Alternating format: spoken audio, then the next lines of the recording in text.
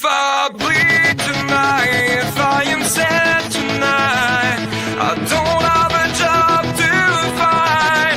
And if I work tonight, if I'm so tired tonight, I'll fall asleep when I'm home, when I'm home.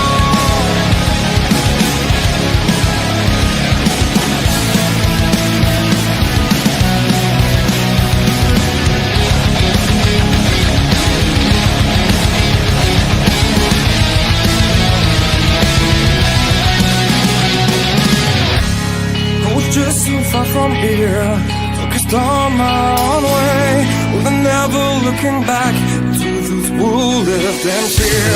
There was nothing I could do, there was nothing you said that could make me realize I'm a trip.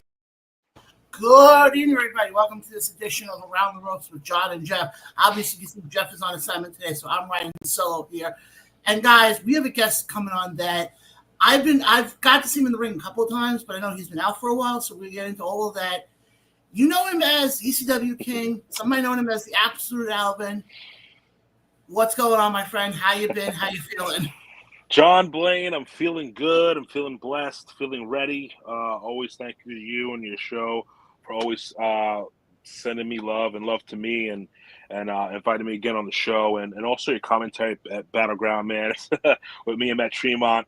That laugh is phenomenal. It made me pop. So, yeah, if anybody knows the show, check the show out. Yeah, man, let's get this started, buddy. Yeah, absolutely. And first of all, thank you for that. And that means a lot coming from you, because I know that match was a big match for you guys. And and mind you, the funny thing is, talking about that quickly, I had no idea that it was going to be Matt Tremont as a surprise person.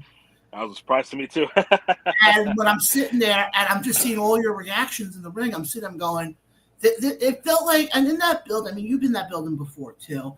There's certain times where it's like you feel like, okay, you're about to discover a moment. And in that building, there's been so many of them. Yeah. So the fact that I got to call that and be a part of that, and it's going to be forever etched in the history of Battleground that one of the voices of that was me. Yeah. What's funny is that was my idea, which is funny. Right before we went out, I was like, hey, Matt, man, you have like a fork or something in you? He's like, yeah, man, let me do a couple things to you, man. You put the fork up, man. I'll oversell it. and yeah, man, it was perfect. That was one of the highlights of the match. Absolutely, definitely, guys. Definitely go back and check it out. I highly recommend it. But before we, before we get back into what's going on with Battleground this weekend, I know you've been out for a while. You've had a knee injury. How are you feeling? How has the recovery been? Kind of take us through that process. Yeah, man. So if some of you don't know, I got injured last year, August 10th, 2024, in the Gold Rush Rumble. Tore the patellar tendon. So for some of you who are not med students, which I don't think most of you are, it's the tendon that holds the kneecap to the tibia. Tibia is the bottom bone in your leg. So pretty much without that tendon, you can't use the second part of your leg, the bottom part of your leg. So I ruptured that completely. So what that means is by ruptured, it means it tore completely. So my kneecap actually came up about 4 or 5 inches on my leg. But what's lucky is what happened, John, is I didn't feel any pain. So, which is common with this injury, which I found out later on. So it ruptured completely, so it didn't hit any nerve endings, so I didn't have any pain. So what happened is I collapsed, I went down, and just the second half of my leg was numb. So right away I knew something was wrong. And plus I looked at my leg and I could see my kneecap kind of high, and I was like, that doesn't look good. So I was like, all right, let me try to stand, because I'm always the guy, let's get through it.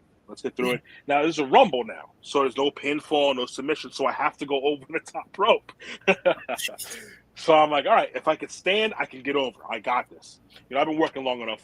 I got this. So tried to stand there, John, and I collapsed. And that I knew.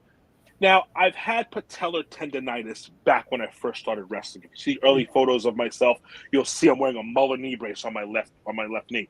That was from tendonitis. So I read up on it. So I knew about the tendon rupture, and I knew what it would look like.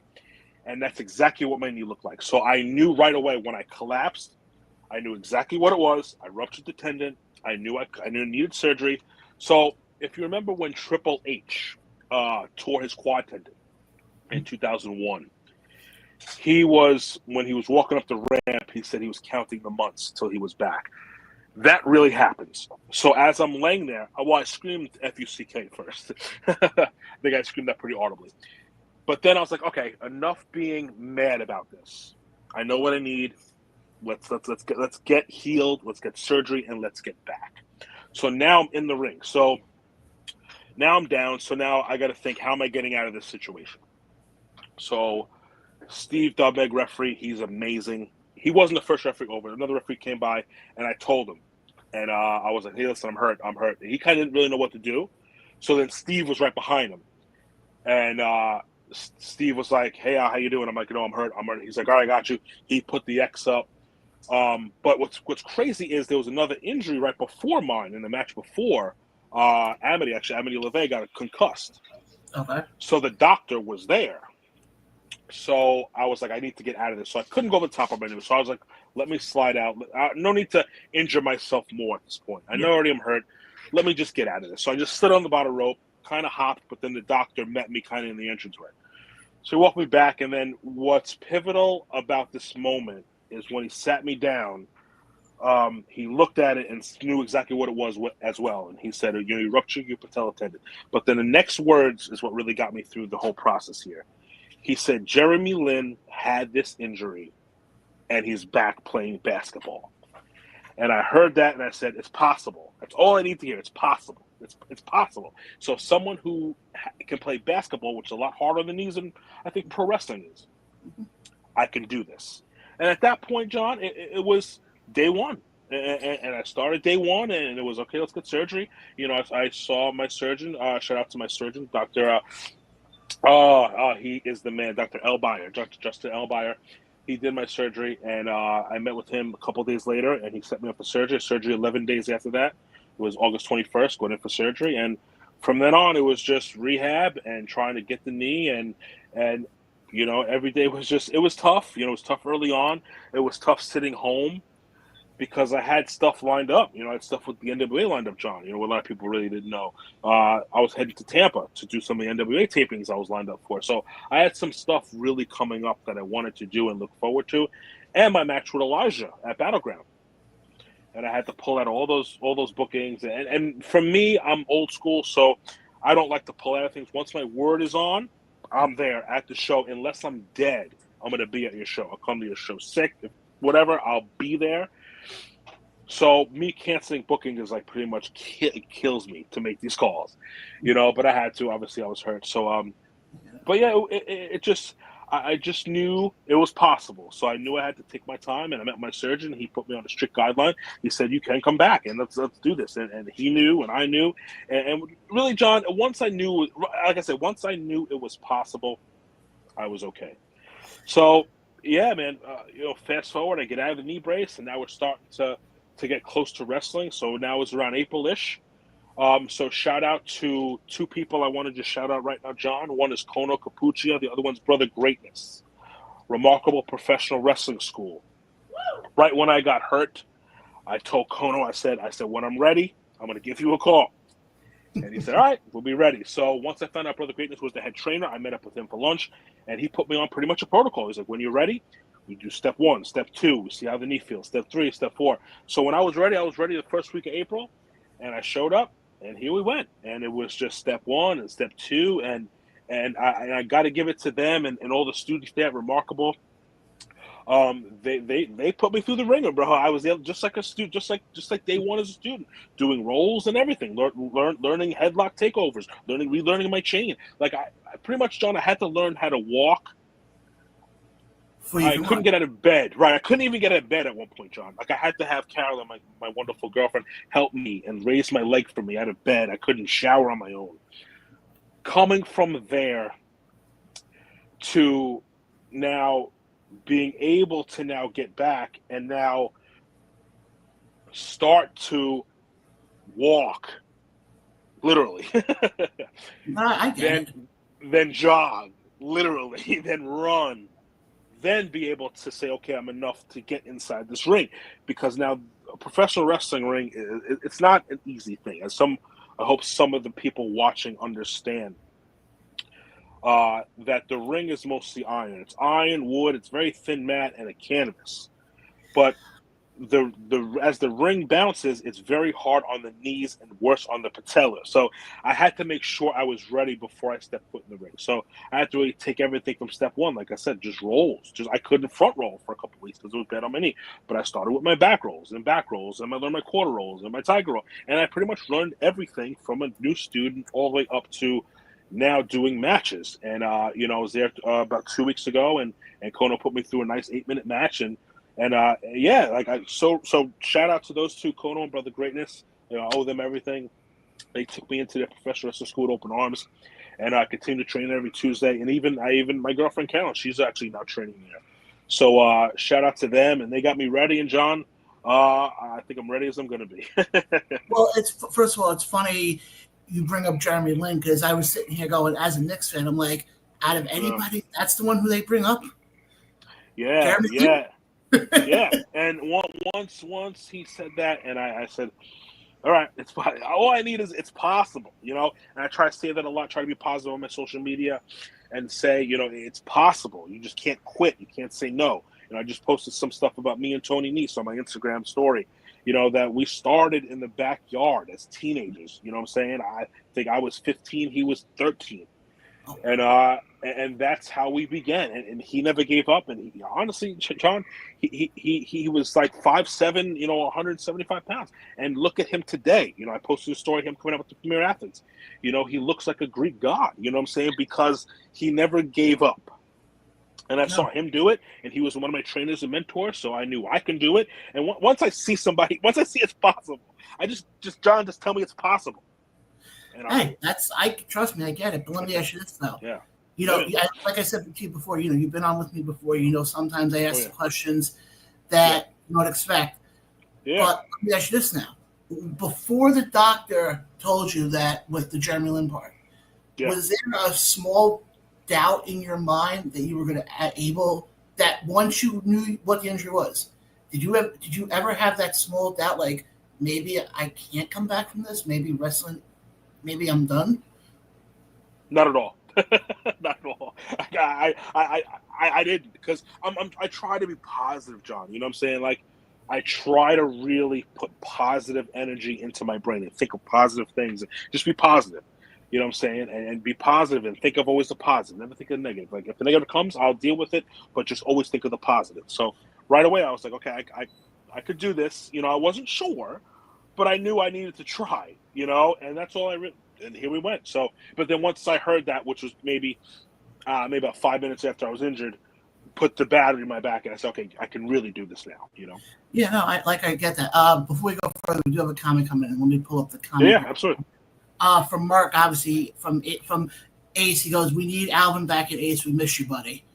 And I still remember, thank you. Bringing up Ace quickly, my biggest memory with you with Ace was you versus the late, great Vince Steele. Mm-hmm. Yeah, man. And it was the fans bring the weapons match. Yeah. And yeah. I'm not going to mention the person's name, but you know exactly what person I'm referring to on this one, who brought the baseball bat with the screws. Yeah. We're not going to mention names. If you know, you know. Yeah. I do. I know, yeah. Sure do. The biggest thing I remember with that was, and I'm never going to forget the ending of that. And I've been to Ace before. I've been in that building before. I don't think I've ever heard a louder pop than that night. That's, you know what? And that's 1,042 days in the making. That's how long I held the Ace Heavyweight title. So first, I want to I'm the thankful guy. First, I want to thank Mike Morgan. I wouldn't be anywhere I am today without Mike Morgan. Mike Morgan gave me the green light to be absolute Alvin, and that's really where I came out of my shell. When I first started, John, in 2012, I didn't know. I was player one, and that's really the worst thing you could do, So I don't know. I put an A on my singlet, and I hope for the best, try to come off something like Alvin and Chipmunks. So I had Spider make a cool little A, and he switched it up a little bit, and I still wear it to this day. And, it just – that the little small thing, like really the character, just the little small things. But Mike Morgan always put the battery in my back. He said, try it. So what do you want to do? So I tried, I got me and Kate Lothbrock. Shout out to Kate Lothbrock. He's another one who really put a battery for the absolute Alvin character. So, we're at the flea market, Tri-County Flea Market, now, which is now defunct. But we found this little throw thing, and I was like, I'll wear it. I didn't care, man. Like, I was a heel, and I didn't care. I was okay with being made fun of. So I would throw anything on. Threw that and the sunglasses on, and it started working. They put me with Mike Lewis, and it started to just work. And then I went with Hollywood Enterprises, and as I did more, and Mike gave me more mic time, and I just felt more comfortable. And then shout out to Mike Morgan Jr., who we lost over 10 years ago. He developed my promos. He would work with me. I wasn't always one take. I try to be kind of one take now, but I wasn't always that good. I would stumble with my words. I would talk too fast, which I tend to do now still. And he'd say, "Albert, slow down. You got to slow down. We got to hear you pronunciate cadence." So and that's how I learned really how to cut promos, and that's how I cut promos there. Right there in the back, right there, the Wallington VFW, which was the Mike Morgan Jr. Arena. I learned wrestling in that building. So when Mike gave me the green light to hold the title, I was excited, and then I knew that I wasn't defending it. I knew that was the work. You know what I'm saying? I'm not defending it, but I'm the greatest champion. You know what I mean? I'm the greatest ever. But there's a little bit of truth there, John, right? I'm the longest reigning champion. So am I the greatest? I think I am. So that's the but you always want to play that line. That's the magic of professional wrestling, is playing that. A really good heel always has a sprinkle of truth in there. You know what I'm saying? So I am the greatest. Because who can tell me not? I'm the longest reigning champion. You know what I'm saying? I'm future Hall of Famer. Why wouldn't I be? And I think also we have to give a lot of credit also to one other person who I feel like if this person didn't introduce you in the way that he did, I think it helped your character a lot. And that's actually the birthday boy himself, Mr. Ryan Peterson. Yes. When there were times absolutely. seeing him and you coming down to the ring, and I've always said this, he always plays into, if let's say there's a bad guy coming in. Another great example, Papadon, Greek god Papadon. Yeah. He plays it perfectly. And I feel like those times when he introduced you, and you would tell him, move, and he would play it like I can't believe you're asking me to do that. And so I want to give him the shout out too, because I think he was part of helping you become the character you became. Absolutely, John. I definitely owe a lot to Ryan Peterson. He continues to do that now with Victory Pro Wrestling, and he really drove home that ECW King. And I shout out to Ryan Peterson, man, because you know what? I don't think those guys commentary. Speak a little bit about commentary, John. I'm not going to go off too much in the weeds here, but commentary. I got a chance to spend with Will Thrill in commentary. Shout out to him, and learn how to call a professional wrestling match. So it's those little things, John, that really bring the entire show to life. And you really learn that in the Performance Center in WWE, and you really learn step by step of production. It's all about the entire production. It's not about you and your match. It's about how the entire production is laid out. So every bit of commentary, ring announcing, every bit of that plays a part. So the way Ryan pronunciates the ECW King, and I'm there, and I feed into it too. We all feed after each other, man. It's a brotherhood. Really, professional wrestling is a brotherhood, and we all feed after each other. We all put battery in each other's back, and that's how it should be. I think so, right? Oh, I completely agree. And it's very rare that you have somebody who's a wrestling podcaster or radio host, depending on how you look at it, give credit to the ring announcers, to commentary. It's like they're like the unsung heroes almost. They are. The ring crew. Camera guys, the roaming cam, hard cam. Those guys don't get enough credit. They are students. A lot of them are students. I came up. I didn't have to do necessarily hard cam, but I knew students that had to do hard cam.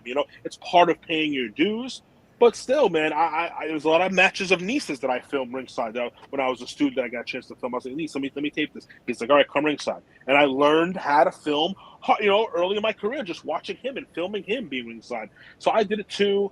To an extent. So shout out to those guys too, man, and ring crew and guys that just show up and they're there early and that stay late. those are really unsung heroes, John. You know what I mean? I completely agree. But, we bring up the ECW building. Obviously, you are the ECW king. That's right. I want to ask you, what did it feel like to you? Well, actually, let me backtrack on that one for a second. Whose idea was it to pair you with Joel Gertner? That was all Tim Ember's idea. So just like any indie wrestler trying to get in, I mentioned Tim after every show. I sent him my stuff, I sent him my new photos. Whenever I had new photos, I sent it to him. I have new videos, I send it to him. And I always get a no. I always get the no. No, we got nothing right now. Nothing. But he would always get back to me. He was always so respectful. It always got back to me. And he said, no, not at this time, Alvin. Check back. And I said, all right, I'll check back. And finally, he had something. I think it was December of 2023. He finally had something. He's like, listen, I'm gonna put you with Christian and Justin. You guys are they're gonna come out of the crowd, and I'm gonna put you with Joel Gertner. You're gonna be his bodyguard. I said, hey, sign me up. You know what I'm saying? I couldn't say. I don't think, John. I don't think I could say yes fast enough. So I put together a little wardrobe together, sent it to him. He approved it, and we're off to the races. I came out with Joel with the little titles, little tag team titles, and he introduced me. And we're really off there, and I kind of just tried to take that character and what I did and try different things and talking with Joel and riding with him and picking him up from his house and making the trip in there with Joel Gertner and just listening to him and his take on pro wrestling and how what he thinks wrestling should be. And I just take that and that developed into just my character there. And I would take what I would do now there at Battleground because thank you again to Tim Ember because he gives me the freedom to do myself, gives me the freedom of my entrance because I do take a couple minutes. I do take my time on my entrance because I really want to drive home the theatrics of the show. You know what I'm saying? Like that's all. That's what it's about. Like think of the Undertaker, John. You know what I'm saying? And yes, we want to watch his matches, but where was the show? The show was his entrance. I try to make that special. Right when I walk through the curtain, the look on my face, like when I was introduced at Ring of Honor. I made sure that I knew when the camera was on me. I made sure to have that look on my face when the camera's here to look like I belong here, So that's what it's about. And that's why I think I got the little pop I got, to work with Zach Knight at the DCU Center last, April 24 when I did Ring of Honor. So it's just those little things and they add up and that all developed into the character. So it was really Tim Ember's idea. He put the battery in our backs, and this is going to be a little group, and you run with it, and it was great. You know what I'm saying? And we had good plans until unfortunately I got injured. But I knew. But even John, when I got hurt, I knew something would be on the back end. So I just had to be patient, and I knew. And then I came in. He's like, and Tim messaged me. He's like, "Hey, you good to go July 12th?" And here we go. And match with Ken Anderson, and then but he didn't. Now let's talk about that because he didn't tell me about this contract thing. I found that in the ring. So I don't know if you want to go into that story yet. Oh, absolutely. We'll definitely get into that. But one other thing I want to bring up, Joel Gertner, because I've had the privilege of being on call for when you guys were together, and to see your face, and I agree with you. Your facial reactions. It looks like, this is the best way I can describe it. It looks like you ordered a Philly cheesesteak and they forgot the steak and just gave you bread with cheese. That's the look you had. Yeah. And again, thank you for your commentary again. Alvin looks like he's always pissed off. Like beautiful, man, because that's the I just want that persona of I'm here. You know what I'm saying? This is me. I've worked for this. I'm not just some guy 2 years in who got lucky and got thrown on a show. I've been working for 13 years. I know Tim Ember since he was selling the action figures at NYWC. So I've known him from 15 years. So he's known the work I've done. You know what I'm saying? So it's not just I'm not just some guy off the street. You know what I'm saying? So I belong here. And I just want that to portray. That's how I really feel. John, and they always say your character is you times 10, right? So I just try to take that and portray it to the audience. Like I really do belong here, and you should pay me for recording me right now. There you go. I believe me, and like I said, it was always a blast because when I had the opportunity to call when you guys had that 6-person tag match, do you know how much it took me to? I had to keep a straight face because obviously we're calling the action. But deep down, I was laughing just by. That was a real laugh. Yeah. And also the best thing, and I know people go back and watch this. And I think it was great. Was it? It must have been the July show then when you came out with the Walker. Yeah. Yes. And yep. All you hear Joe Gertner is "Take your time, Alvin," and I'm sitting there going, "Oh, I'm trying to sit there." And again, I'm trying to keep a straight face because I'm trying to be professional. But I'm sitting there going, "This is happening right now, isn't it?" Yep. Oh, that's great. Let me just ask you this. Obviously, being a lifelong wrestling fan, if somebody would have come up to you, let's say 15 years ago when you first broke in, and said you'd be working in the ECW building with an ECW legend like Joe Gertner, would you have believed them back then? Oh no, John, I'm blessed, man. I've done a lot of cool stuff. Arn Anderson and his podcast. Shout out to Arn Anderson and Paul Bramo as well. They bring a beautiful podcast. Whoever does listen to it, the Arn Show. Arn talks about wrestling doesn't owe him anything, and I always say the same thing. Wrestling doesn't owe me anything. I'm blessed for whatever wrestling has provided me, and it has provided me with a lot of cool moments. Working with Haku is one of them. Getting a chance to work, with my trainer, Alex Reynolds in the UBS Arena. Getting a chance to work with, Tony Nese on multiple occasions for multiple promotions. Working with Joel Gertner, working with Kid Cash. We are working with half of the Pitbulls, Gary Wolf.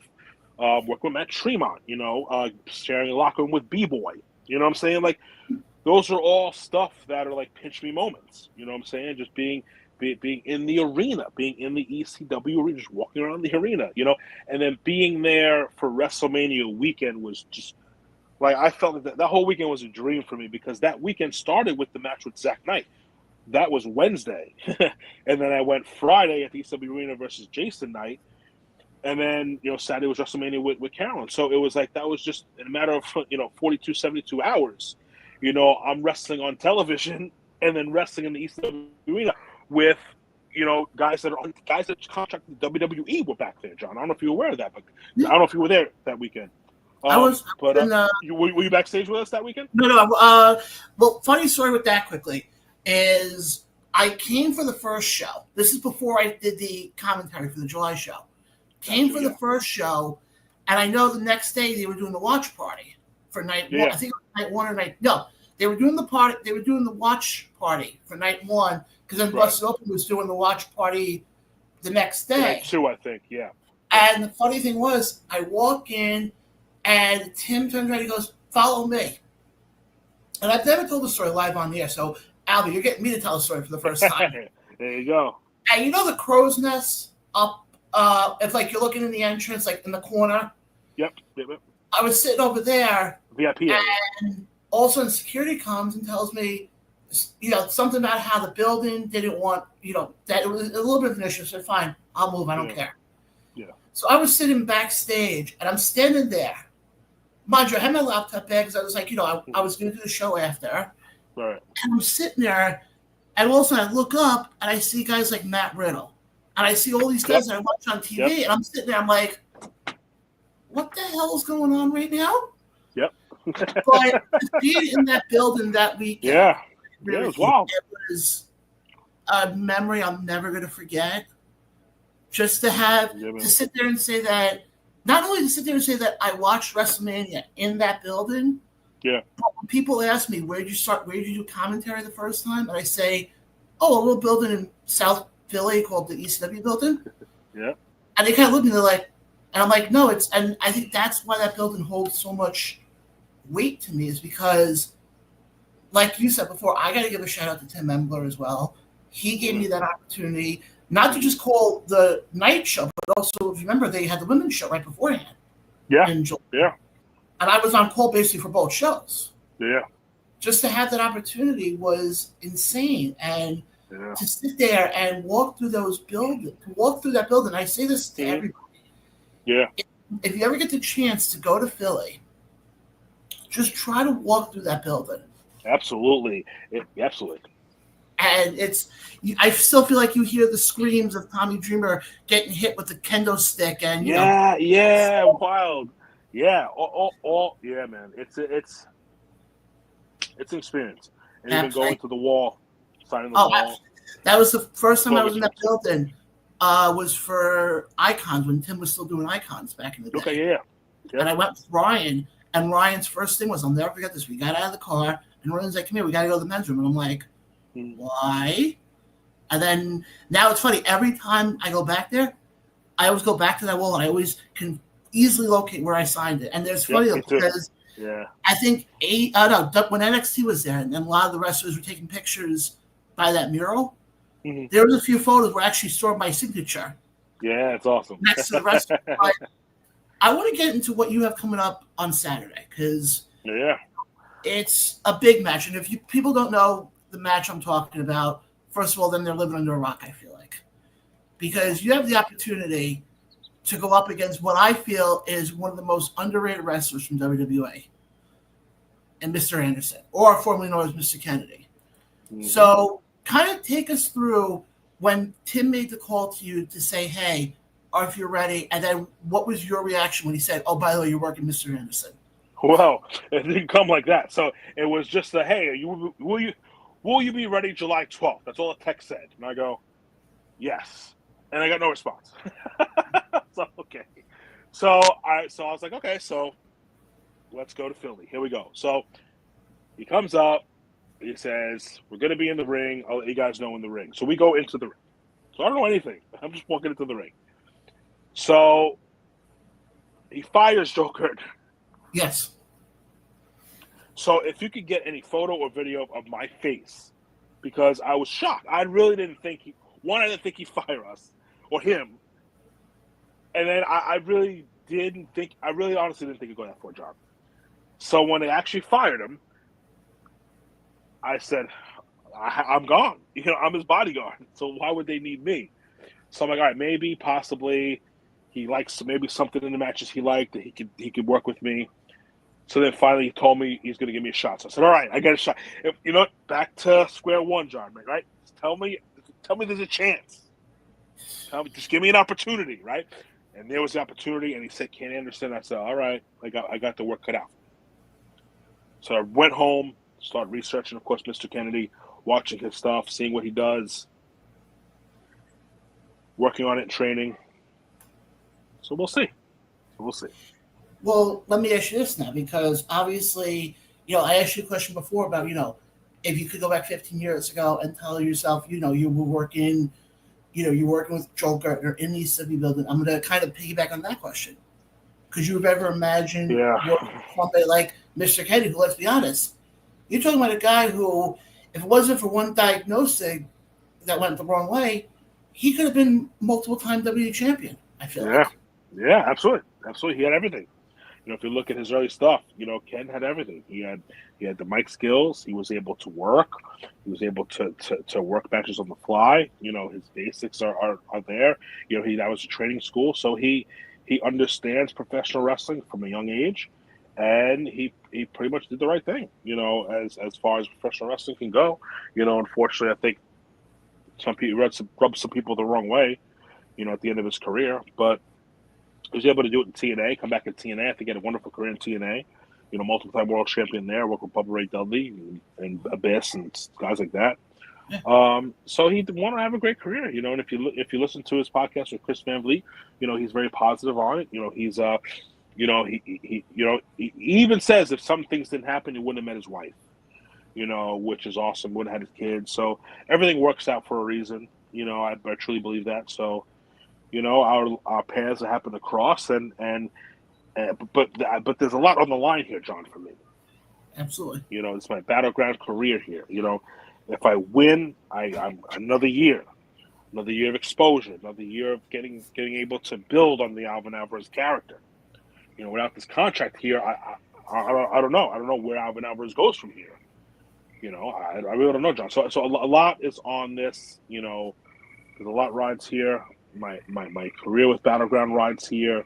I'm sure Ken Anderson's looking to get his feet planted back in the indie scene, looking to get back on TV, I'm sure. So a lot riding for him. There's a big match, John. We're 48 hours out. The nerves are coming. And just to add a little bit of drama, John, it's my first match back from injury. Let's not forget that. And So So yes, I've been training, but when the lights are on, John, it's a whole different ballgame. Shows are a whole different ballgame than training. The lights are on and they're bright, and they're not brighter than the ECW arena. Everything's CM Punk said pressure is his playground. That has to be my mentality going into this weekend. It has to be, because then when we'll talk about Monday now. But I got to be ready, Sean. You know what I mean? The lights are on. The lights are on. Let me ask you this though: you've had title matches before. You've defended titles before. Right. Is this match bigger than any title match? Absolutely. Hands down, this match is bigger than any championship match. A championship match, I know I'm the champion. I know what I can do. I researched my opponent, and it's up to what we can do. I knew going into the match with Dan Moff, I knew what he can do, and I was able to outsmart him. Match with Kate Lothrock, outsmart him. V-Net couldn't outsmart. Okay, the dice didn't roll my way for that one. Okay, I tried the rematch, didn't work out. But I knew what I was bringing. I knew what my opponent was bringing. I never worked Mr. Anderson yet. I haven't been to a live show that he was on. I didn't get a chance to really see him up close and personal. And honestly, John, like I said, I've wrestled matches at training, but the lights are on. It's a different story. There's a crowd. There's a full audience there. Different emotions. I don't know what I can really do. There's doubts there. Any professional athlete, when they come back from injury, there's doubts on if they can still go. So that's always going to be here. And that's what makes this a different animal. It makes this totally different from anything I've ever seen. And that's why a little bit of fear is there.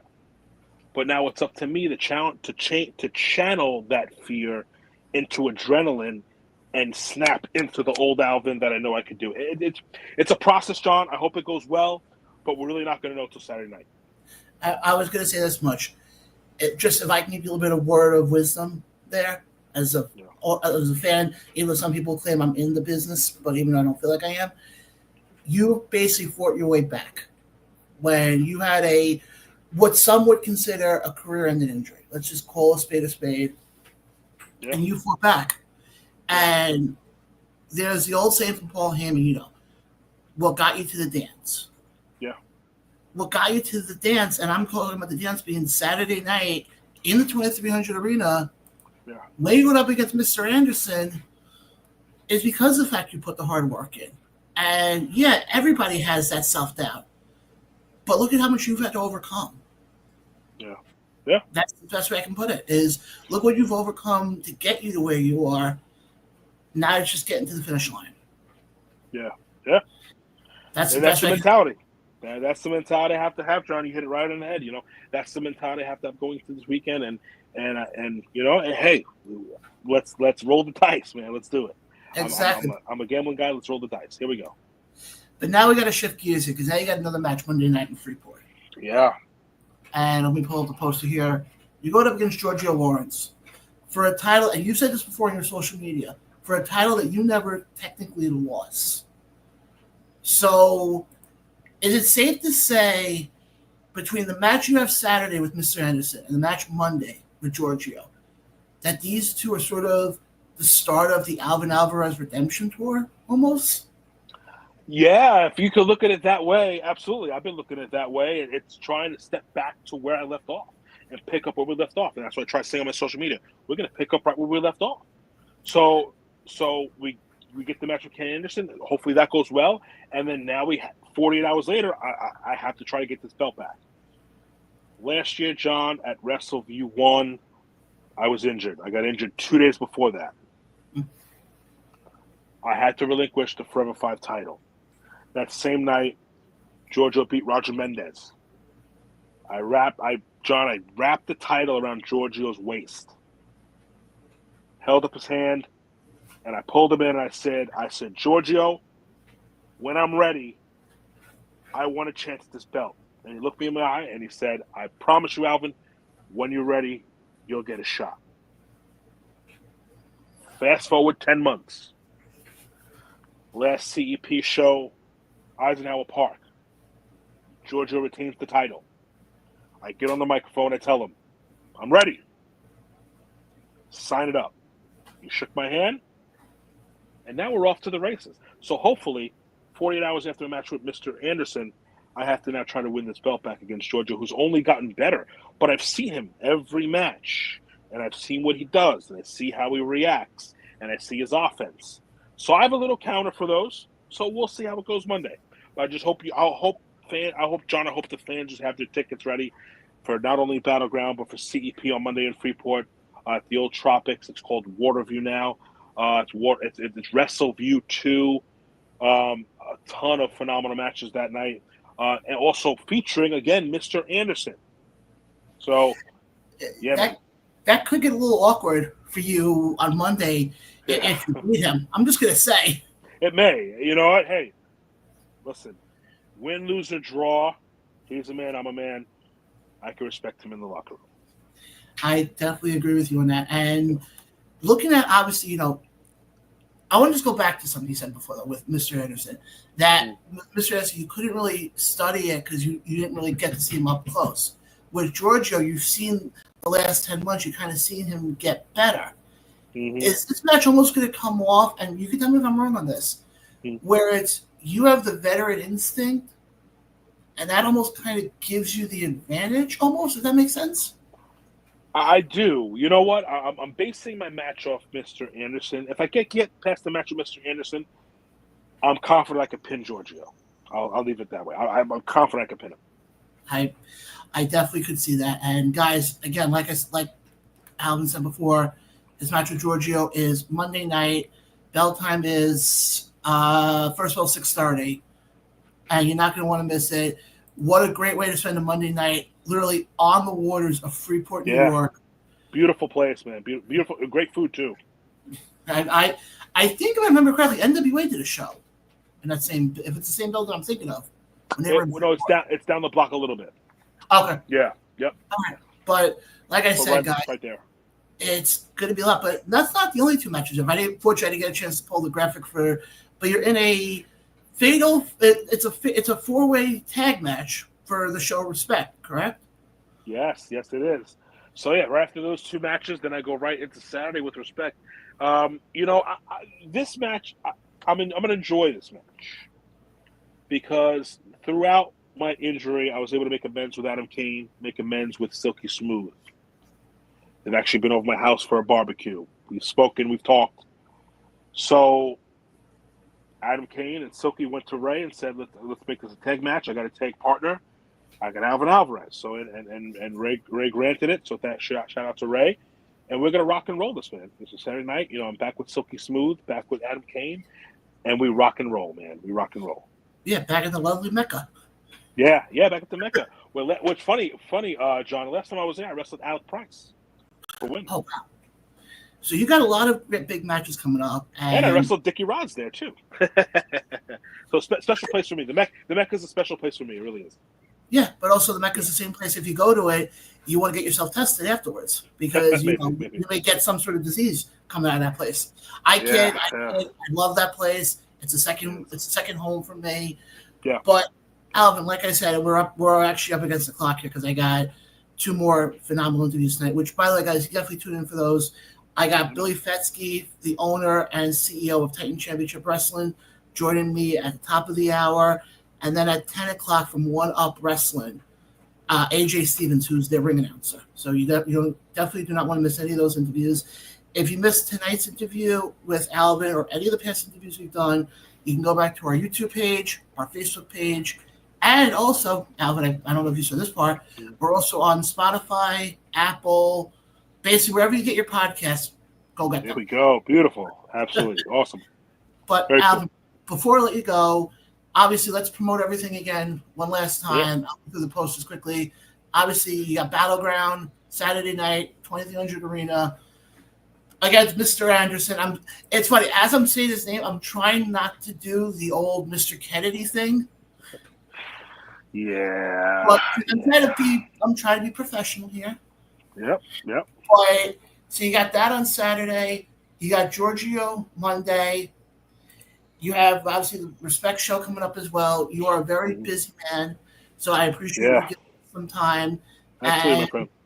And then, like I said, I'm looking forward to seeing what happens. And before we let you go, where can the fans connect with you on social media? Do you have anything else you'd like to promote, or if you want to re-promote that stuff, go right ahead. Yeah, no, John, man, you beat it up, man. You know, you can see me this weekend already, this weekend and next weekend.